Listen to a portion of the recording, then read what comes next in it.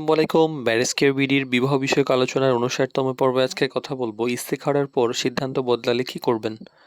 বিয়ের সিদ্ধান্ত নেওয়ার ক্ষেত্রে অনেকেই ইস্তেখারা করেন। তো এটা খুব ভালো একটা আমল, কারণ ইস্তেখারা মূলত আল্লাহর কাছে সঠিক দিক নির্দেশনা চাওয়ার একটি দোয়া। তবে বাস্তবে অনেক ক্ষেত্রেই দেখা যায় যে ইস্তেখারা করার পর মানুষ অনেক দ্বিধায় থাকে, পরে যদি আবার সিদ্ধান্ত বদলে যায়। আবার অনেকেই তখন আবার চিন্তায় পড়ে যান যে আচ্ছা, এটা কি ভুল হলো নাকি ইস্তেখারা ঠিকভাবে হয়নি। আসলে বিষয়টা একটু সহজভাবে বোঝার দরকার। তো আশা করি আপনারা অনেকেই ইস্তেখারা জানেন, যারা জানেন তাদের জন্য বলছি। তো ইস্তেখারা মানেই যে স্বপ্ন দেখা তা কিন্তু নয়। অনেকে মনে করেন ইস্তেখারা করলেই হয়তো বা কোনো আমরা একটা স্বপ্ন দেখব বা স্পষ্ট কোনো ইশারা পাবো। কিন্তু ইসলামী শিক্ষায় কিন্তু এমন কোনো বাধ্যতামূলক বিষয় নেই। বরং ইস্তেখারার অর্থ হইল যে আল্লাহর কাছে ভালোটা সহজ করে দেওয়া এবং ক্ষতিকর জিনিসটাকে দূরে রাখার একটা দোয়া।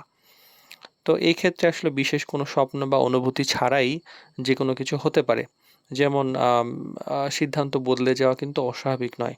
কখনো ইস্তেখরা করেছেন, এরপরে নতুন কোনো তথ্য সামনে আসলো, যেটা হয়তো আগে আপনি বুঝতে পারেননি। আপনি স্বপ্ন দেখেননি বা আপনি কোনো ইঙ্গিত পাননি, কিন্তু আপনি এমন কোনো একটা তথ্য কোনো এক মাধ্যমে পেয়েছেন, যাতে হয়তো সিদ্ধান্ত বদলাতে সহযোগিতা করতে পারে বা বদলানোর মতো হতে পারে। তখন কি যে পারিবারিক বা সিদ্ধান্তের ক্ষেত্রে বাস্তবতা বদলায়। আবার কখনো, কখনো আছে যে নিজের মনে ভিন্নভাবে বিষয়টা উপলব্ধি করার মতো মানসিক চিন্তাভাবনা আসে। তো এইগুলো সবই জীবনের স্বাভাবিক একটা অংশ। তাই বদলে গেল এর যে ভুল বা সঠিক সিদ্ধান্ত, এই ব্যাপারটা কিন্তু এত মানে কঠিনভাবে চিন্তা করার দরকার নাই।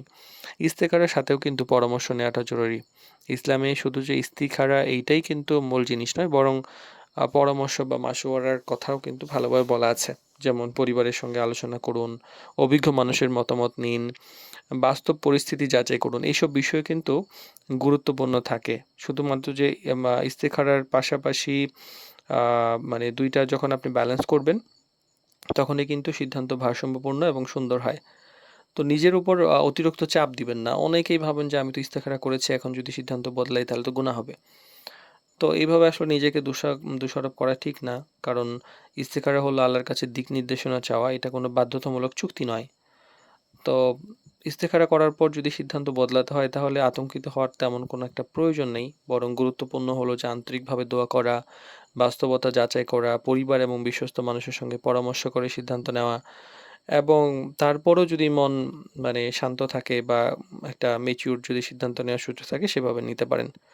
ফাইনালি আল্লাহর উপর ভরসা রেখে সিদ্ধান্ত নেওয়াটাই শেষ পর্যন্ত মানুষের জন্য কল্যাণকর হয়। তো এটাই আমাদের করা উচিত।